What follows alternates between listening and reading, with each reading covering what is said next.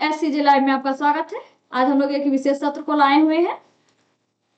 आज ही के दिन हमारे देश की प्रथम महिला शिक्षिका सावित्री बाई फुले जी का जयंती मनाया जाता है। इनका जन्म 3 जनवरी 1831 को पुणे में हुआ था।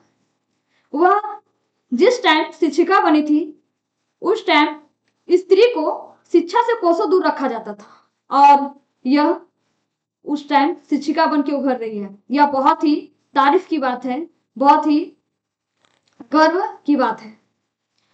लेकिन हाँ, यह शिक्षिका तो बनी है और लोगों को शिक्षा देने का भी काम की थी, लेकिन इतनी सरलता के साथ इनका जीवन व्यतीत नहीं हुआ था। यह भी अपने जीवन में कई सारे संघर्षों को झेली थी। सावित्री भी जब पढ़ाने जाती थी तो समाज में इन्हें कई सारे भद्दे शब्दों का भी सामना करना पड़ता था। इन पे कीचड़ उछाल दिया जाता था, इन पे पत्थर फेंक दिया जाता था, जिससे वो कभी कभी टूट भी जाती थी, लेकिन तब भी अपने दृढ़ निश्चय से पीछे नहीं हटती है, अपने अटल विश्वास पे अडिग रहती है, डिगती उससे नहीं है और लगातार समाज में सेवा देती रहती है। जिस समय की बात कर रहे हैं उस समय हमारा समाज में बाल विवाह भी व्याप्त था और बाल विवाह की चपेट में सावित्री जी भी आई थी। इनका भी विवाह 9 वर्ष के अल्पायु में ज्योतिराव फुले जी के साथ करवा दिया जाता है। ज्योतिराव जी उस समय 13 वर्ष के थे और सावित्री जी 9 वर्ष की थी। लेकिन सबसे खास बात यह थी कि ज्योतिराव जी सावित्री जी को शिक्षा से वंचित नहीं रखते हैं। कहा जाता है कि प्राथमिक शिक्षा भी ज्योतिराव ही देने का काम किए थे।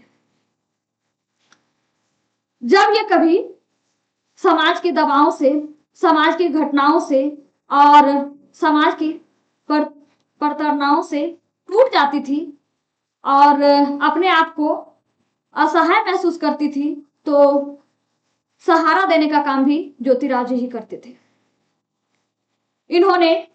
दोनों ने मिलकर समाज में स्त्री शिक्षा के लिए यथक प्रयास किए और यहाँ तक कि विधवा महिलाओं के लिए भी शरण देने का काम किए हैं।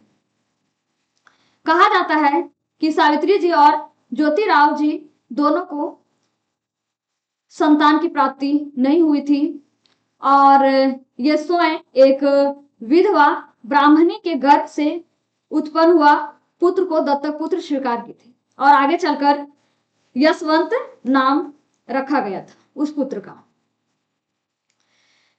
यह जब हमेशा के लिए अमर हो जाती है तो सेवा देते हुए ही अमर हो जाती है।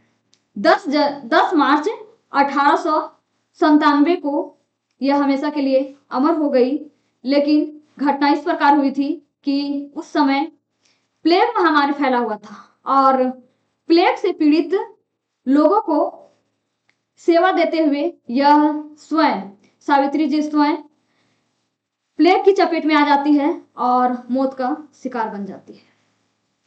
कई सारे मिथक और कई सारे रीति रिवाज मानकर लोगों को प्रताड़ित किया जाता था, उसे भी तोड़ने का कार्य सावित्री जी की थी। जब ज्योतिराव जी का मृत्यु हो जाता है तो वे स्वयं अपने ही हाथों से अग्नि देने का काम की थी। गुलामगिरी पुस्तक तो आप सुने ही होंगे। ज्योतिराव जी गुलामगिरी की रचना कर बैठे थे और कई सारे पाखंडों का भी विरोध किए थे, जिसमें ब्राह्मण जाति पाखंडता और समाज शोषक वर्ग जो भी समस्या है उसे भी उजागर करके लोगों को जागरूक करने का प्रयास किया।